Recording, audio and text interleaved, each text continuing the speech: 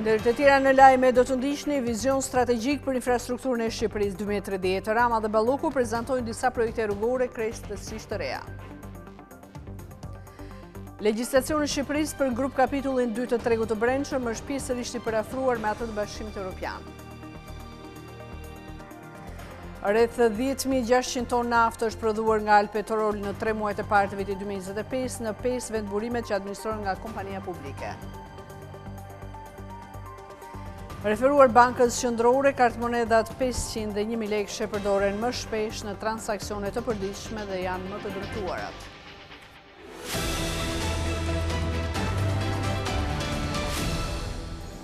Ju përshëndet zonja dhe zotrin, ndiqni me lajmet qendrore. Një vizion strategjik për infrastrukturën e Shqipërisë 2030. Kështu e kanë cilësuar prezantimin e akseve të reja rrugore kryeministri Edi Rama dhe Ministra e Infrastrukturës Belinda Balluku. Sipas tyre, tashmë po hapet një kapitull i investimeve që do të ushqehet edhe me fondet e Bashkimit Evropian. Kryeministri Edi Rama, i shoqëruar nga zëvendëskryeministra dhe njëherësh Ministri e Infrastrukturës dhe Energjisë Belinda Balluku, ishte në qytetin e Fierit, ku mori pjesë në aktivitetin Shqipëria 2030. Rama theksoi se të gjitha projektet infrastrukturore të realizuara deri më sot janë ndërtuar sipas standardeve europiane dhe kjo qasje do të vijojë edhe në 4 vjeçarin e ardhshëm. Në pamje të parë, 12 vjet duken shumë për gjërat që njerëzit presin edhe për gjërat që duhen bërë. Por keni parasysh që norma mesatare ose më saktë minimale e ndërtimit të infrastrukturës në Europë është 7 deri në 9 vjet. Ndërkohë, zëvendëskryeministria Balluku prezantoi projektet e reja rrugore që parashikohen të ndërtohen në 4 vitet e ardhshme. E para që unë do desha të prezentoja është ajo që ne e quajmë rruga e Bregut dhe është rruga që lidh Dërmiun me Sarandën. Një gjurmë totalisht e re, Unaza Çajupit, e cila është një rrugë tjetër panoramike.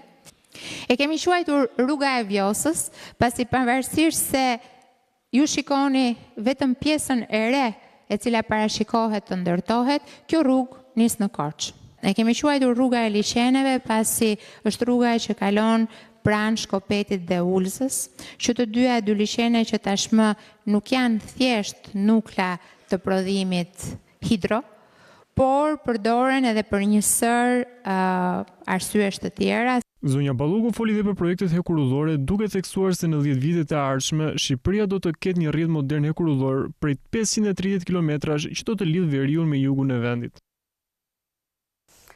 Legjislacioni i Shqipërisë për grup kapitullin e 2 të tregut të brendshëm është pjesërisht i parafruar me atë të Bashkimit Evropian, por sa përket kapitullit 2 mbi lëvizjen e lirë të punëtorëve, Bashkimi Evropian thekson se punëtorët shqiptar mund të përballen sërish me kufizime kur Shqipëria të bëhet vend antar. Legjislacioni i Shqipërisë është i parafruar pjesërisht me atë të Bashkimit Evropian në fushën e lëvizjes së lirë të punëtorëve, shërbimeve, kapitalit dhe shërbimeve financiare. Përsa i përket ligjit të kompanive, të drejtës së pronësisë intelektuale, politikës së konkurrencës apo atë të mbrojtjes së konsumatorit, Bashkimi Evropian vlerëson se legjislacioni është i harmonizuar më shumë, megjithëse ka akoma punë për të bërë. Bashkimi Evropian ka bërë publik qëndrimin e tij për negociatat me Shqipërinë lidhur me grup kapitullin e 2 të tregut të brendshëm. Unioni nënvizon se parimet të përgjithshme të kapitullit 2 për aksesin në tregun e punës, pra e drejta për të hyrë, banuar dhe punuar lirisht në Bashkimin Evropian, janë të parafruara pjesërisht. Duhet pasur parasysh se lëvizja e lirë punëtorëve nuk i referohet vetëm të drejtës së shqiptarëve për të punuar pas një pengesë në vendet anëtare të Bashkimit Evropian, por i referohet gjithashtu lirisë së qytetarëve evropian për të punësuar në Shqipëri.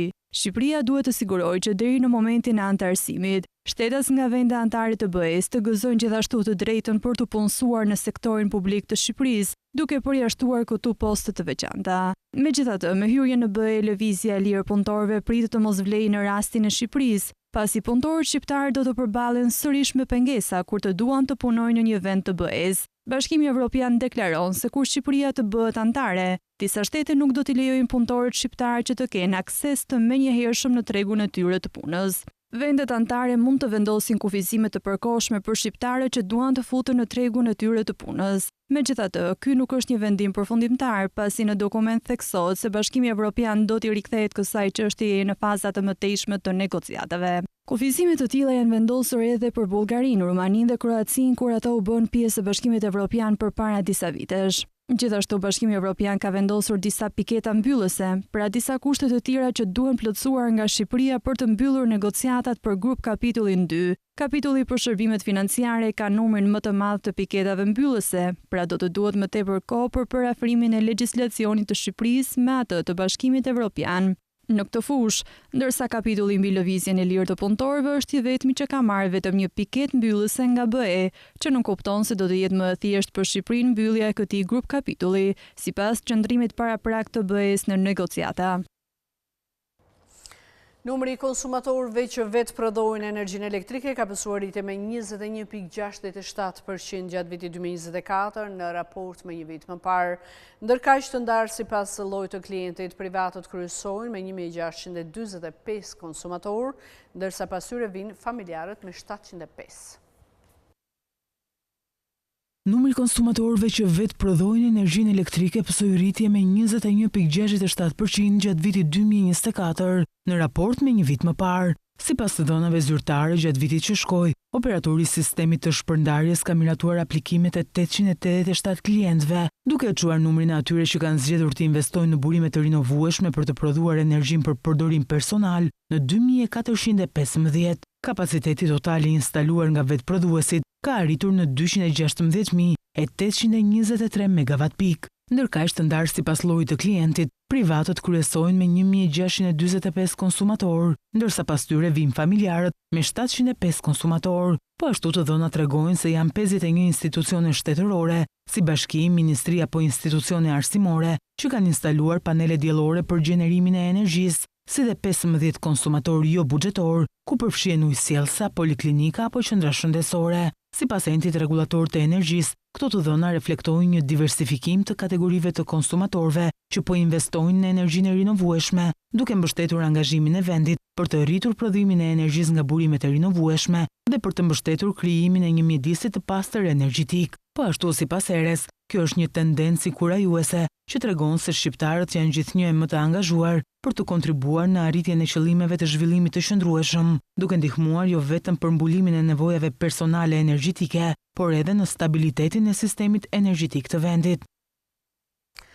Deri në datën 30 maj, fermerët do të kenë mundësi të aplikojnë për të përfituar financim për naftën që përdorin në bujqësi. Të gjithë ata që plotësojnë kriteret do të përfitojnë deri 186 euro për hektar në varësi të kulturës.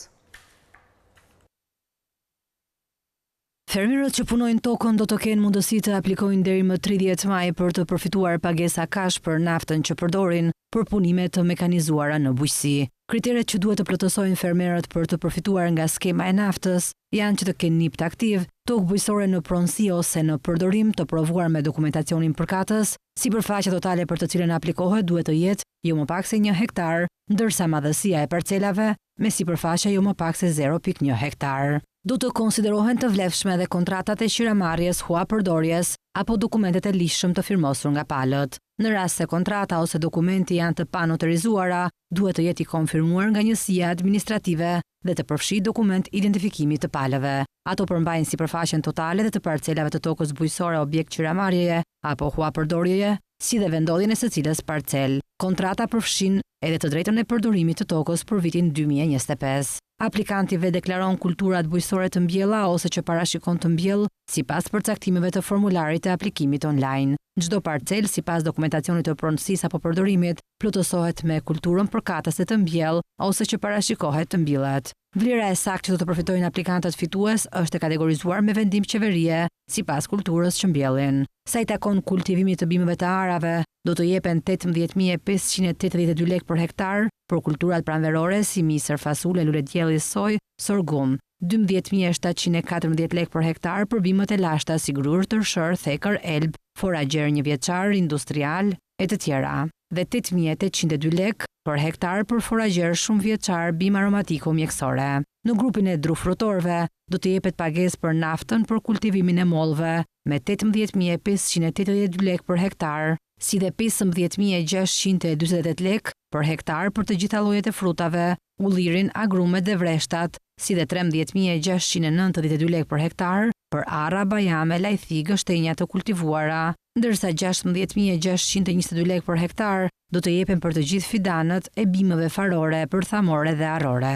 Sa i takon grupit të tretë kultivimit të perimeve, pagesat për naftën variojnë nga 14.670 lek për hektar për të gjitha llojet e perimeve të fushës sezoni i parë, përfshi shalqin, pjepër, lule shtrydhe, dhe 16.626 lek për hektar për të gjitha perimet e serës sezoni i parë. Fermerët përfitojnë deri në 100% të vlerës me sipërfaqe deri në 10 hektar, sipas përllogaritjeve të bëra. Për sipërfaqen mbi 10 hektar, masa e përfitimit zvogëlohet me 50%, përjashtuar rastet e aplikantëve me status grup fermerësh ose SHBB. Të gjitha aplikimet e kryera nëpërmjet Jillbenja i nënshtrohen procesit të kontrollit administrativ që shqyrton përputhjet e deklarimeve në lidhje me parcelat, sipërfaqet, kulturat dhe dokumentacionin që i mbështet këto deklarime.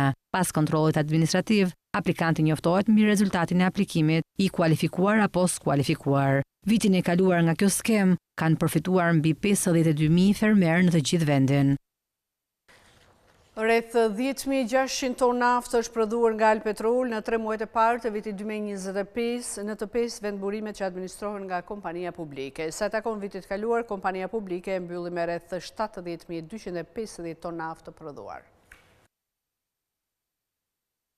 Rreth 10.600 ton naftë është prodhuar nga Alpetrol në 3 muajt e parë të vitit 2025 në të gjithë vendburimet që administrohen nga kompania publike. Aktualisht Alpetrol prodhon naftë nga 5 vendburime ranore apo gëlqerore, e më konkretisht në vendburimet Kuçov, Patos, Cakran Mollaj, Gorisht Kocull dhe Amonic. Vendburimi më i madh është ai i Gorisht Kocull, ku të paktën në 10 vitet e fundit është nxjerrë sasia më e madhe e naftës. Për vitin 2025, sasia e naftës së nxjerrë nga ky vendburim ka arritur në 4.716 ton. Pastaj vjen vendburimi Kuçovës me 2.509 ton dhe Cakran Mollaj me 2.155 ton. Sa i takon vitit të kaluar, kompania publike e mbylli vitin 2024 me rreth 70.250 ton naftë të prodhuar, një sasi thuajse e njëjtë në raport me 2 vitet e fundit. Pas 2020-s, që ishte një vit pandemik, sasia e prodhuar ka shënuar një tendencë në rritje për të mbajtur thuajse të njëjtat nivele në periudhën 2022-2024.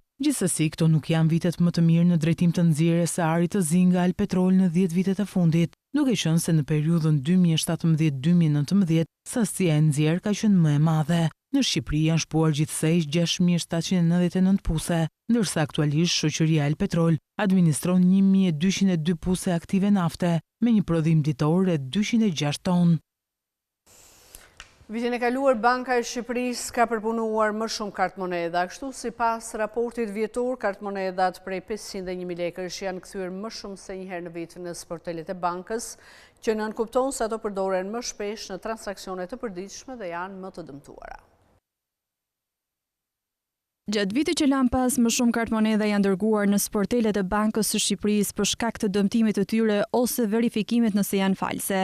Përpunimi i kartë monedave është një proces që kryhet nga Banka e Shqipërisë për të kontrolluar gjendjen fizike dhe vërtetësinë e kartë monedave që kthehen nga qarkullimi prej bankave tregtare ose qytetarëve. Në 2024, Banka e Shqipërisë përpunoi rreth 94.2 milion copë kartë moneda, krahasuar me 104.5 milion copë në vitin 2023. Këto kartë moneda u kontrolluan për të verifikuar autenticitetin dhe përshtatshmërinë për të vazhduar qarkullimin. Një tregues i rëndësishëm në këtë proces është norma e papërshtatshmërisë, e cila tregon përqindjen e kartë monedave që konsiderohen të papërshtatshme për qarkullim për shkak të konsumimit apo dëmtimeve fizike. Sipas raportit vjetor të Bankës së Shqipërisë, kjo normë arriti 21.5% në 2024, që do të thotë se rreth 1 në 5 kartë moneda u klasifikua si e papërshtatshme.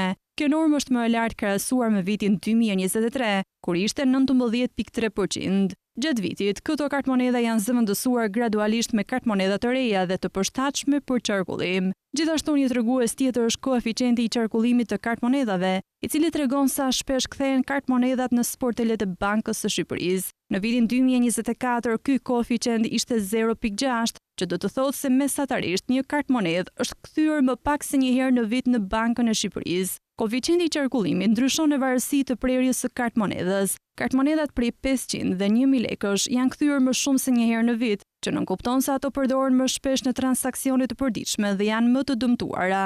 Ndërkohë prerjet më të mëdha si 5.000 dhe 10.000 lekë kanë pasur një koeficient më të ulët, gjë që tregon se ato qarkullojnë më rrallë dhe shpesh mbahen për kursime apo transakcione më të mëdha. Mbi 53 milion euro ka arkëtuar buxheti i shtetit nga tatimi paguar mbi qirat gjatë vitit 2024. Rritja në raport me një vit më parë është afro 5 milion euro dhe kontribut të rëndësishëm ka dhënë qiradhënia afatshkurtër përmes platformave Booking dhe Airbnb. Rritja e numrit të turistëve nga viti në vit ka bërë që edhe më shumë prona të dalin në treg nga qytetarët, duke u dhënë me qira afatshkurtër përmes platformave Airbnb dhe Booking. Po ashtu edhe çmimet e qirave mujore afatgjat kanë pësuar një rritje të ndjeshme gjatë vitit që lan pas, duke sjellë më shumë përfitime për qytetarët, por edhe për buxhetin e shtetit. Të dhënat zyrtare të drejtorisë së përgjithshme të tatimeve tregojnë se tatimi i arkëtuar nga qirat në vitin 2023 është regjistruar në rreth 48 milion euro, ndërsa në vitin 2024 ka shkuar në 53 milion euro. Rritja regjistrohet në rreth 5 milion euro apo 10.3%. Rritja është e konsiderueshme pavarësisht se tregu i qiradhënies ka probleme me informalitetin dhe jo të gjithë e deklarojnë atë. Në tetor të vitit të kaluar, administrata tatimore u vendosi si detyrim bizneseve që të deklarojnë statusin e pronësisë apo kontratën e qiras së ambientit ku ushtrojnë aktivitetin ekonomik. Por sa është norma tatimore që paguhet mbi qirat? Sipas ligjit në fuqi për tatimin mbi të ardhurat nga qirat e pasurive të paluajtshme trajtohen si të ardhurat nga investimet dhe tatimi i aplikuar në burim është 15% e vlerës së qiras mujore. Pra nëse qiraja është në vlerën 50.000 lekë në muaj, tatimi që duhet paguar është 7.500 lekë në muaj. Në rastin kur një individ i ka dhënë pronën me qira një subjekti të regjistruar, ky i fundit është përgjegjës për mbajtjen, deklarimin dhe pagesën e tatimit në burim për llogaritë të organit tatimor. Kur qiramarrësi është një person i paregjistruar, si në rastin e turistëve vendas apo të huaj, individi qiradhënës si përfituesi të ardhurave është i detyruar të deklarojë dhe të paguajë në organin tatimor tatimin në burim, jo më vonë se data e 20 e muajit që pason, muaji në të cilin është kryer pagesa. Gjatë këtij viti, administrata tatimore shqiptare ka nisur një bashkëpunim me administratën tatimore irlandeze për investigimin e individëve që përfitojnë të ardhura nga platformat Booking dhe Airbnb dhe nuk i deklarojnë ato, ndërsa u kërkuar individëve që të bëjnë deklarimet përkatëse përmes Divaz. Të dhënat nga tregu i strukturave akomoduese me qira afatshkurtër tregojnë se aktualisht në platforma të ndryshme rezervimi figurojnë mbi 18.200 njësi me qira afatshkurtër aktive. Për gjatë vitit kaluar në pikat kufitare të vendit tonë, çdo minutë kaluar kanë lëvizur 74 shtetet shqiptar dhe të huaj. Ndërkohë janë regjistruar 10.4 milion automjete që kanë hyrë dhe kanë dalë nga pikat kufitare. Për çdo minutë të vitit të kaluar në Shqipëri kanë hyrë ose kanë dalë mesatarisht 74 persona vendas dhe të huaj përmes pikave kufitare të vendit. Sipas raportit vjetor të Ministrisë së Brendshme gjatë vitit 2024, janë regjistruar mbi 39 milion hyrje dhe dalje të shtetasve shqiptar dhe të huaj. Krahasuar me vitin 2023, kjo përfaqëson një rritje prej 11.3 milion lëvizjesh ose 29% më shumë. Ndërkohë, sipas të dhënave zyrtare nga Instituti i Statistikave, rritja vjetore e hyrje-daljeve përllogaritet në vetëm 14%. Në të njëjtën linjë, Ministria e Brendshme raporton se është rritur ndjeshëm dhe fluksi mjeteve që kanë hyrë dhe kanë dalë nga territori i vendit përmes pikave kufitare toksore dhe detare. Gjatë vitit të kaluar janë regjistruar rreth 10.4 milion automjete që kanë kaluar kufirin shqiptar. Në përllogaritë të thjeshtë, kjo do të thotë se për çdo minutë të vitit 2024, rreth 20 automjete kanë hyrë ose kanë dalë nga vendi. Rritja ndjeshme e lëvizshmërisë lidhet ngushtë me zhvillimin e sektorit të turizmit, i cili ka njohur shifra rekord gjatë vitit të kaluar. Një tjetër faktor me ndikimi ka qenë rritja e udhëtimeve të shqiptarëve jashtë vendit, veçanërisht përmes fluturimeve me kosto të ulët që operojnë në aeroportin ndërkombëtar të Rinasit. Këto kanë nxitur më shumë dalje nga territori për pushime, por edhe për qëllime të tjera si puna, arsimi apo vizitat familjare. Në muajin mars, Inspektorati i Punës ka kontrolluar mbi 17.000 vende pune. Sipas të dhënave janë marrë mbi 300 masa administrative, por cila subjekte janë gjobitur më shumë. Ndikim kronikën. Inspektorati Shtetëror i Punës në kuadër të inspektimeve mujore në mars ka kontrolluar në total 17.344 vende pune, por në kuadër të inspektimeve të subjekteve, Inspektorati i Punës ka kryer rreth 714 inspektime në subjekte të caktuara.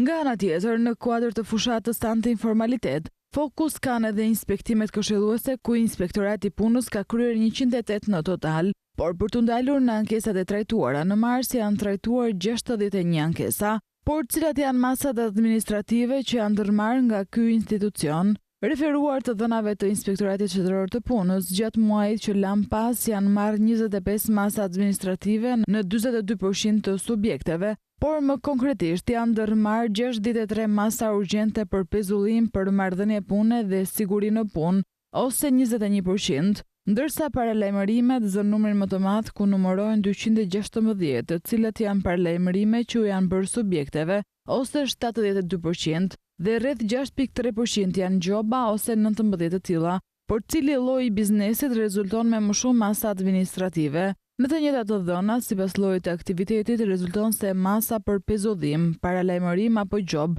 janë marrë më së shumti në aktivitetin ndërmarrje prodhuese, ose 24%, dhe në aktivitetin tregti HBR me 28% dhe në sektorin e ndërtimit me 25% masave të marra. Hapet thirrje për programin e të nxënit në vendin e punës, një program i ri i Agjencisë Kombëtare të Punësimit dhe Aftësive. Programi konsiderohet si ura që lidh të rinjt me tregun e punës dhe ndihmon bizneset të gjejnë talente të reja. Ministri i Ekonomisë, Kulturës dhe Inovacionit, Blendi Gonxha, nëpërmjet një postimi në rrjetet sociale, u bën thirrje të rinjve dhe punëdhënësve të bëhen pjesë e programit të nxënit në vendin e punës, i cili është një program i ri i Agjencisë Kombëtare të Punësimit dhe Aftësive. Programi konsiderohet si ura që lidh të rinjt me tregun e punës dhe ndihmon bizneset të gjejnë talente të reja. Ndërkohë, ky program u vjen në ndihmë të rinjve nga mosha 15 deri në 29 vjeç që nuk janë arsim, punësim apo trajnim dhe që janë në kërkim të mundësisë për të ndërtuar rrugtimin profesional. Por si funksionon ky program? Programi ofron të rinjve formim dhe praktik profesionale pranë një biznesi për një periudhë 3 deri 6 muaj, si dhe pagesë për pjesëmarrje në vlerën 80% të pagës minimale në gjysmën e parë të kohëzgjatjes dhe 100% në pjesën e mbetur. Ky program ofron subvencionim për shpenzimet e transportit, punësim të garantuar për 6 muaj pas trajnimit. Ndërsa për punëdhënësin, programi i të nxënit në vendin e punës ofron subvencionim për instruktorin, si dhe rimbursim të sigurimeve shoqërore, shëndetësore për pjesëmarrësit gjatë periudhës së punësimit. Nga ana tjetër, programi i të nxënit në vendin e punës, sipas skemës së garancisë rinore, do të zbatohet në 3 qytete: Tiranë, Shkodër dhe Vlorë. Punëdhënësit kanë të drejtë të dërgojnë kërkesën për aplikim për përfshirjen minimalisht të një grupi deri në 5 punëkërkuesish të papunë në varësi të kapaciteteve infrastrukturore, njerëzore dhe vendeve të lira të punës. Po kështu, për të marrë statusin e punëkërkuesit të papunë, qytetarët duhet të jenë të gatshëm për punë dhe duhet të paraqiten në zyrën e punës, si dhe të plotësojnë kriteret e përcaktuara sipas ligjit për regjistrimin si punëkërkues i papunë. Të gjithë individët e interesuar mund të aplikojnë online nëpërmjet portalit e-Albania. Gjatë muajit mars 2025, platforma e-Albania regjistroi mbi 1.3 milion aplikime për shërbime elektronike, me mbi 440.000 përdorues aktiv dhe afro 34 milion transaksione. Shërbimet më të kërkuara ishin ato të tatimeve, sigurimeve shoqërore dhe dokumentave personale. Në një epokë ku teknologjia po transformon çdo aspekt të jetës sonë, platforma e-Albania vazhdon të jetë një ndër mjetet më të rëndësishme për digitalizimin e shërbimeve publike në Shqipëri. Statistikat për muajin mars 2025 tregojnë një përdorim intensiv dhe në rritje të kësaj platforme, që tashmë është kthyer në një domosdoshmëri për qytetarët dhe institucion. Gjatë marsit janë kryer rreth 1.3 milion aplikime për shërbime elektronike, një shifër që tregon angazhimin në rritje të qytetarëve për të përfituar nga lehtësira që ofron teknologjia. Përdorues aktiv në platformë janë rreth 444.000, ndërsa vizitat kanë arritur në 15 milion. Shërbimet që kanë pasur numrin më të lartë të aplikimeve gjatë muajit mars janë vërtetimi i pagës, kontributet për sigurimet shoqërore dhe kontrolli mjekësor bazë. Platforma regjistroi 33 milion transaksione, ndërkohë që 361.000 përdorues janë futur përmes aplikacioneve mobile, duke treguar rritjen e aksesueshmërisë përmes pajisjeve të lëvizshme. Ndërsa 3.2 milion persona kanë përdorur platformën më shumë se një herë gjatë muajit, duke pasur një përdorim të vazhdueshëm dhe të qëndrueshëm. Ndër shërbimet me pagesë më të përdorura spigasin pagesa e taksës vjetore për mjetet e përdorura dhe luksoze, aplikimi për certifikatën elektronike për projektet e fiskalizimit dhe aplikimi për pasaportën dhe kartën e identitetit për qytetarët jashtë vendit. Numri total i regjistrimeve në platformë ka arritur 3.3 milion, ndërsa gjatë marsit janë regjistruar rreth 12.000 përdorues të rinj. 3 dokumentet që janë gjeneruar më shpesh për muajin mars janë certifikata familjare, vërtetimi për pagën e kontributeve dhe certifikata personale.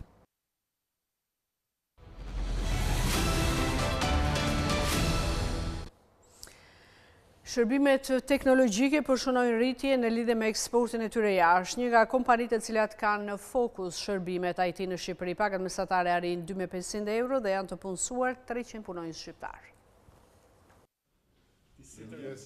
Kryeministri Edi Rama dhe Ministrja për Sipërmarrjen dhe Klimën e Biznesit Elina Ibrahimaj zhvilluan një takim me punonjësit e një nga kompanive të zhvillimit të teknologjisë së informacionit. Sipas ministres Ibrahimaj, në Shqipëri së fundmi është rritur dhe eksporti i trurit. Sot që flasëm te kjo kompani, po dhe ke shumë të tjera, të mira kompani në fakt që janë zhvilluar në ditëçarën e fundit në teknologjinë e informacionit. Paga mesatare është 2500 euro. Këto janë shembulli më konkret i atyre shifrave që ne me shumë krenari lexojmë kur bëhet fjalë për eksportin e shërbimeve të IT-s, i cili është më shumë se sa 20 fishuar në këtë 10 vjeçaren e fundit. Ne kemi filluar punën kur eksportoheshin 8 milion euro, kur kishte gjithsej 250 biznese në këtë sektor me 1000 të punësuar, dhe sot eksportohen 210 milion euro. Kryeministri Rama theksoi se startupet janë një ndihmë e madhe për kompanitë e zhvillimit teknologjik. Ajo e startupeve është shumë e mirë për të ndihmuar në fazën A, kur tjetri s'ka asgjë, ka vetëm një ide. Tani ne duhet ta ngrejmë në një nivel tjetër gjithë pjesën e qeverisjes së kësaj bote. Ai pamja se janë disa nivele që ne nuk i kemi të mënyrës si ndërveprojmë këto. Po kjo inteligjenca artificiale është jashtëzakonshme. Në këtë kompani janë 300 të punësuar në Shqipëri dhe 200 në Kosovë dhe Maqedoninë e Veriut, 100% vajza e djemë shqiptar. Kryetari i Partisë Demokratike Sali Berisha ka premtuar amnisti fiskale për të gjitha bizneset e vogla në 100 ditët e para të qeverisje. Sipas tij, kjo kategori meriton mbështetje pasi punson më shumë dhe pasqyrohet më mirë në mirëqenien e njerëzve. Kryetari i Partisë Demokratike Sali Berisha ka zhvilluar takime me disa biznese të vogla që ushtrojnë aktivitetin në Tiranë. Ai premtoi mbështetje për këtë kategori pasi biznesi i vogël punson më shumë dhe pasqyrohet më shpejt e më mirë në mirëqenien e njerëzve. Ne do ulim çmimin e energjisë për gjitha bizneset nga 18 në 6 lek. E kemi pas 6 do zbresim prapë. Tavanin 120.000 euro pa taksa, do e ngrem në 180.000 euro. Edhe kjo është një lehtësim, një frymëmarrje. Ujin do ta përgjysmojmë tarifin e ujit. Dhe bashkia nuk do mund me ligj të vendosë më shumë se 1% të xhiros. Taksa sot shkon deri në 8% të xhiros, 7% të xhiros dhe sillet në mënyrë absurde. Gjithashtu Berisha premtoi amnisti fiskale për të gjithë bizneset e vogla në 100 ditët e para të qeverisjes. 100 ditët e para do të jetë amnistia fiskale për të gjithë bizneset e vogla, por do të jetë amnistia për të gjitha gjobat. Jo vetëm për bizneset e vogël, por dhe për qytetarët. Për qytetarët, për pensionistët. Për këtë ju garantoj. Sipas Berishës, biznesi i vogël ka përparësi shumë të madhe sepse punson më shumë se çdo biznes tjetër.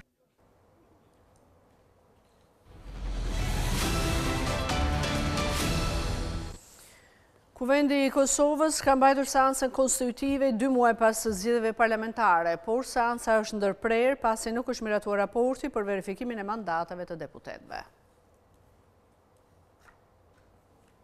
Kuvendi i Republikës së Kosovës ka mbajtur seancën konstituive pas më shumë se 2 muajsh nga mbajtja e zgjedhjeve parlamentare. Rendi ditës përfshinte formimin e komisionit të përkohshëm për verifikimin e kuorumit dhe të mandateve të deputetëve, betimin e deputetëve, zgjedhjen e kryetarit dhe të nënkryetarëve të kuvendit. Si parti fituese, Lëvizja Vetëvendosje ka të drejtën të propozojë kryeparlamentarin e ri i cili zgjedhet me 61 vota, ndërkohë Albin Kurti ka dhënë dorëheqje nga posti i kryeministrit para betimit si deputet. Këtë e ka bërë të ditur përmes një letre drejtuar sekretariatit të kuvendit, që nga data 23 mars kur përfundoi mandati plot 4 vjeçar i qeverisë son, qeveria është në detyrë në përputhje me kushtetutën dhe ligjet në fuqi me deklaratën që kam dhënë dhe është pranuar në KQZ më datë 27 mars 2025 dhe me qëndrimin tim publik të pasaj dite, efektivisht jam i dorëhequr bashkë me kabinetin qeveritar, thuhet në letër. Deputetët e legjislaturës së 9 të kuvendit të Kosovës nuk kanë arritur të miratojnë raportin e komisionit të përkohshëm për verifikimin e kuorumit dhe mandateve të deputetëve. Ky raport u kundërshtua nga nga Partia Demokratike, Lidhja Demokratike e Kosovës dhe Aleanca për Ardhmërinë. Pro raportit të komisionit votuan 52 deputet kundër 46 dhe 11 abstenime. Kryetari i PDK-s Memli Krasniqi ka thënë se nuk e kanë votuar raportin e komisionit për verifikim të quorumit dhe mandateve, pasi e vlerësojnë si antikushtetues. Pas kësaj, kryesuesi i seancës së Kuvendit të Kosovës Avni Dehari ka ndërprerë seancën konstituive. Greqia ka nënshkruar një marrëveshje me Francën për të blerë 16 raketa kundër anijeve si pjesë e modernizimit të ushtrisë. Athina synon të investojë 25 miliardë euro në teknologji ushtarake të avancuar gjatë dekadës së ardhshme. Greqia ka nënshkruar një marrëveshje të mbrojtje me Francën për të blerë 16 raketa kundër anijeve Exocet. Ministri i Mbrojtjes Nikos Dendias nënshkroi marrëveshjen në Athinë së bashku me homologun e tij francez Sébastien Lecornu. Ndërsa ministrat nuk zbuluan vlerën e kontratës, ajo shënon një forcim të lidhjeve të mbrojtjes mes dy vendeve. Greqia nuk kërcënon, por është e kërcënuar, tha Dendias në një deklaratë të përbashkët, duke u referuar marrëdhënies së tensionuar me Turqinë, me të cilën ka mosmarrëveshje mbi kufi territorial në detin e Gjedh dhe mes dhe unë lindor. Dy aleatët e NATO-s kanë shkuar disa herë pranë konfliktit ushtarak në dekadën e fundit. Blerja e raketave i shtohet programit më të gjerë të modernizimit të Greqisë që u lançua pas viteve të shkurtimeve të shpenzimeve të mbrojtjes gjatë krizës financiare 2010-2018. Prokurimet e mëparshme nga Franca përfshin 24 avion luftarak Rafale dhe 3 fregata të klasit Belhara. Dendias vuri në dukje se diskutimet janë duke vazhduar në lidhje me shtimin e mundshëm të një fregate të katërt, ndërsa Franca po furnizon gjithashtu helikopter ushtarak NH-90. Athina planifikon të investojë 25 miliardë euro gjatë dekadës së ardhshme për të modernizuar forcat e saj të armatosura dhe për të përshtatur me forma të reja të luftës me teknologji të lartë. Duke folur në parlament më parë këtë muaj, Dendias përshkroi një zhvendosje nga sistemet konvencionale drejt një modeli ushtarak më të shkathët dhe teknologjikisht të përparuar, duke përfshirë rrjete të raketash të mundësuara nga inteligjencë artificiale, dronë dhe njësi komanduese televizshme. Rishikimi i mbrojtjes përfshin të gjitha degët e forcave të armatosura dhe pasqyron përputhjen strategjike të Greqisë me partnerët kryesorë si Franca, Izraeli dhe Shtetet e Bashkuara të Amerikës. Kreu i Shtëpisë së Bardhë Donald Trump tha se mund të përjashtojë përkohësisht industrinë e automobilave nga tarifat për t'i dhënë prodhuesve kohë të riorganizojnë zinxhirët e furnizimit. Presidenti i Shteteve të Bashkuara Donald Trump tha se mund ta përjashtojë përkohësisht industrinë e automobileve nga tarifat që i kishte vendosur më parë këtij sektori për të dhënë prodhuesve të makinave kohë që të rregullojnë zinxhirët e furnizimit, por shoh diçka për të ndihmuar disa nga kompanitë e makinave me këtë, u tha Trump gazetarëve të mbledhur në zyrën ovale. Presidenti republikan tha se prodhuesit e makinave kishin nevojë për kohë për të zhvendosur prodhimin nga Kanadaja, Meksika dhe vende të tjera, dhe ata kanë nevojë për pak kohë sepse do t'i prodhojnë këtu, shtoi ai. Këshilli Amerikan i politikave të automobilave, një shoqat që përfaqëson Ford, General Motors, njoftoi se ndante qëllimet e Trump për rritjen e prodhimit vendas. Ekziston një ndërgjegjësim në rritje se tarifat e gjera për pjesët mund të dëmtojnë qëllimin tonë të përbashkët për të ndërtuar një industri amerikane automobilistike të realizuar dhe në rritje. Gjithashtu shumë nga këto tranzicione të zinxhirit të furnizimit do të kërkojnë kohë, tha burime zyrtare të Këshillit. Deklarata e Trumpit shtroi rrugën për një raund tjetër pezullimesh. Pasi sulmi i Trumpit ndaj taksave të importit ka tronditur tregjet financiare dhe ka ngritur shqetësime të thella nga ekonomistët e Wall Street rreth një recesionit të mundshëm. Kur Trump njoftoi tarifat për 25% për ato mjetet më 27 mars, e i përshkroi ato si të përhershme. Linjat e tij të ashpra ndaj tregtisë janë bërë gjithnjë më të paqarta, ndërsa lideri republikan është përpjekur të kufizojë pasojat e mundshme ekonomike dhe politike nga politikat e tij. Javën e kaluar, pasi një shitje në tregun e obligacioneve rriti normat e interesit për borxhin amerikan, Trump njoftoi se për 90 ditë tarifat e tij më të gjera kundër 10 vendeve do të vendoseshin në një nivel bazë për 10% për të dhënë kohë negociatave. Në të njëjtën kohë, Trump i rriti taksat e importit për Kinën në 145%, por përkohësisht uli taksën për pajisjet elektronike në 20%. Nuk ndryshoi mendjen time, por jam fleksibël, tha Trump. Kemi ardhur kështu në fund, por unë kujtoj se për më tepër informacione ju mund të na gjeni dhe në adresën tonë internet skantv.al, ku mund të gjeni gjithçka mbi ekonominë, bankat, sigurimet, tregjet financiare të tjerë. Gjithashtu mund të na ndiqni dhe në rrjetet sociale si Facebook, Instagram, YouTube dhe LinkedIn. Unë ju falenderoj që na keni ndjekur, bashkë me Ruta Kofshi.